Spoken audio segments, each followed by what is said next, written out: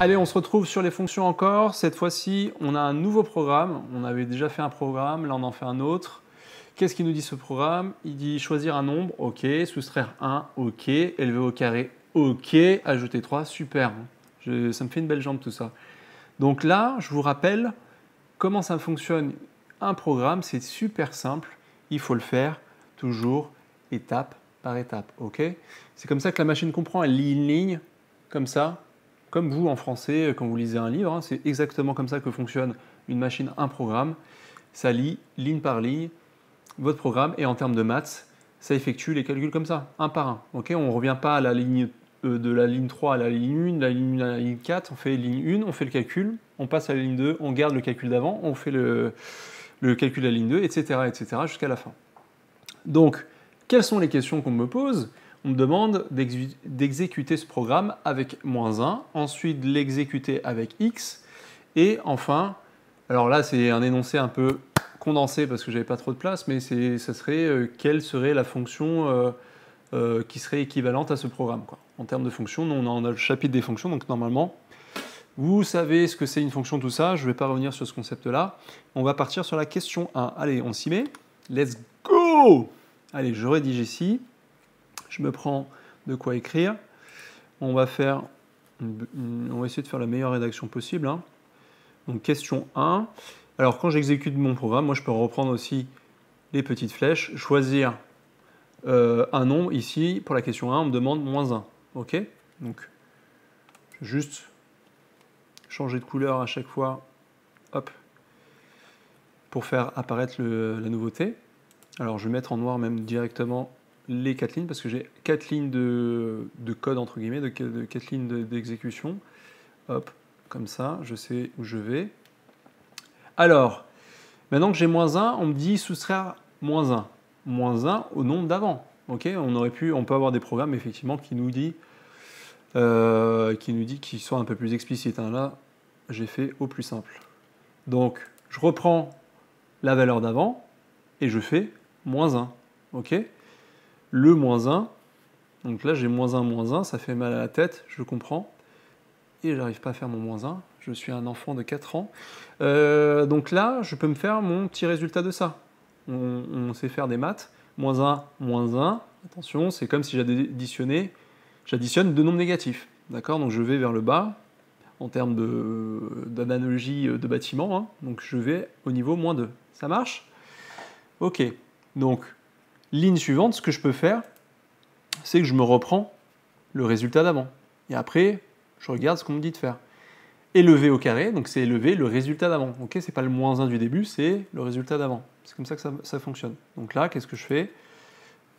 Je mets en orange le calcul, voilà, et ça me fait quoi comme résultat? -2 au carré. Je rappelle que le carré, c'est juste un nombre qui est multiplié par lui-même. Okay, si j'avais le cube, il se multiplie 3 fois par lui-même, etc., etc. Donc là, c'est juste le carré. Donc là, ça serait -2 fois -2. Donc si je reviens sur mon petit calcul, -2 fois -2, ça fait tout simplement 4, parce que c'est 2 fois 2. Okay, je ne détaille pas plus que ça. Et je reprends encore une fois ce que j'avais avant. Donc j'avais 4. Et maintenant, petit souci de stylo, bien sûr, ça va aller. Et on me dit tout simplement ajouter 3. Super, bon bah ça, je pense que je suis capable de faire 4 plus 3, je crois. Hein, mais méfiez-vous de la simplicité. Quand c'est simple, on fait souvent des erreurs. Donc ça fait 7. Ok. Donc, quand on me demande exécuter ce programme avec -1, on donne le résultat. Le résultat, c'est tout simplement 7. J'ai des gros problèmes. Ok, ça me fait 7. Allez, on passe à la question 2. Donc, question 2. Je peux me refaire aussi mes petites lignes de calcul, hein, comme j'avais fait tout à l'heure. Je sais que j'en ai 4 à faire. Comme ça, je sais où je vais. Je prends, choisir un nombre. Alors là, c'est x, c'est une inconnue, hein. Donc c'est pas grave, on fait comme ça, on fait avec x. Moi, ça ne me pose pas de problème. Voilà, je suis plutôt docile. Avec les maths, il faut être plutôt docile. Parce que je sais que les lettres, vous n'aimez pas trop ça. Donc je prends x. Je soustrais 1 à x. Donc là, je reprends ce que j'avais avant. Là, le système de couleurs que je fais, vous n'êtes pas obligé de le faire, hein, c'est juste pour que ça soit clair pour vous. C'est ce que j'avais avant. Et après, à ça, je soustrais 1. Ok? donc je soustrais 1, hop là. Donc là, je ne peux pas simplifier, hein. Je ne peux pas faire plus simple que ça. X moins 1, c'est X moins 1. Okay, le calcul littéral, vous le faites, vous l'avez fait, pardon. Quand on est sur les fonctions, le calcul littéral, on maîtrise ça. Allez, ensuite, élever au carré. Pas de problème, j'élève ça au carré. Et là, alors je vais juste reprendre ça en noir. Je reprends le résultat d'avant, hein, toujours. Donc je me mets X moins 1. Et attention, j'ai des petits soucis avec ce petit stylo. Je vais y arriver un jour. Donc j'ai X moins 1. Et quand je dis élever au carré, attention. Moi, ce que je ne veux pas, surtout pas avoir, c'est ça. OK ? Pourquoi? Parce que ça, là, je n'ai pas élevé le résultat d'avant au carré, j'ai juste mis 1 au carré. D'accord? Alors que c'est X moins 1 qui est au carré. Donc comment on fait dans ces situations-là? Oui, je sais que tu as la réponse, je sais, mais je ne t'entends pas. Donc c'est bien mettre des parenthèses. Super, voilà. On va essayer de faire ça mieux. On va cuter ça, hein. J'espère que ça... Hop là, voilà. On va essayer de faire ça un peu plus joli. Oui, voilà, c'est bien David, c'est bien, c'est bien, c'est bien. Tu y arrives.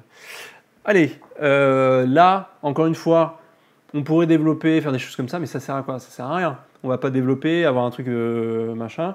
On va pas se casser la tête. On va rester sous cette forme factorisée.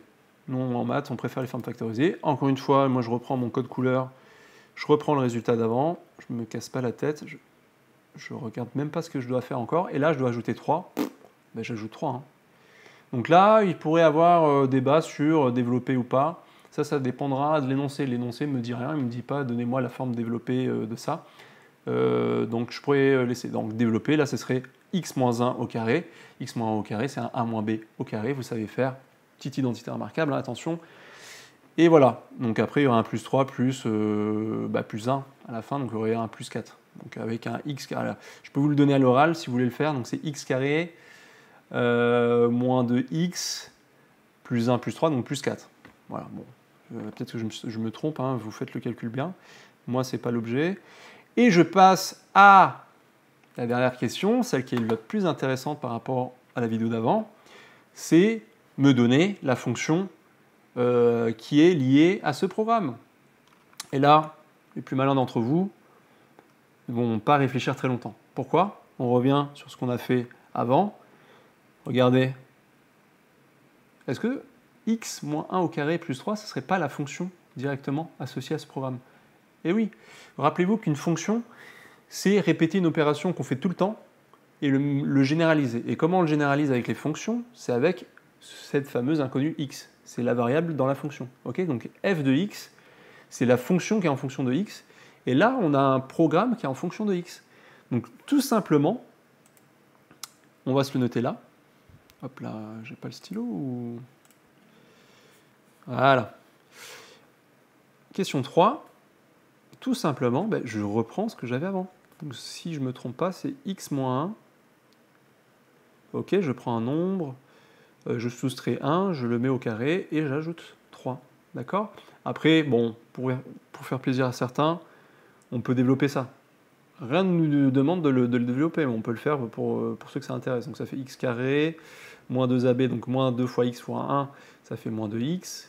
Moins 1 au carré, ça fait moins 1, plus 3, donc ce que je disais tout à l'heure, et ça fait x carré, moins 2x, plus... ouais, c'est tout à l'heure, je me suis trompé, c'était... Non, c'est là où je me suis trompé. Moins 1 au carré, mais oui, attention, donc c'est plutôt... La formule, c'était plus b au carré, donc là, il y avait un plus dans tous les cas. Donc dans ma formule, là, je m'étais trompé, c'était bien plus 1 au carré. Donc plus 1, plus 3, ça fait bien plus 4. Donc j'avais pas faux. Ok? Donc deux solutions, soit vous me donnez cette fonction, j'ai un peu de mal, hein, c'est un peu moche ce que je fais. Soit vous me donnez ça, soit vous me donnez ça, les deux sont valables, c'est juste qu'on a une forme factorisée et là une forme développée, mais les deux sont valables. Franchement, arrêtez-vous, ne vous cassez pas la tête au contrôle de vous faire des formes développées si on ne vous le demande pas. Ok, ça marche? Est-ce que le programme c'est bon dans la tête, c'est bon? On n'a plus peur des programmes, on n'a plus peur des algorithmes? Au brevet, c'est très simple. Et de même qu'au lycée, il n'y a rien de plus, il y a rien vraiment de compliqué. Vous allez voir du Python, des choses comme ça, mais voilà, c'est juste du lexique à apprendre. La base, c'est des maths très simples. Ok? Allez, faites des exercices, apprenez à faire des algorithmes, à les exécuter, à retrouver les fonctions qui sont associées à ces programmes. Et je vous dis à bientôt. Hein. On ne triche pas, on fait les exos. Hein.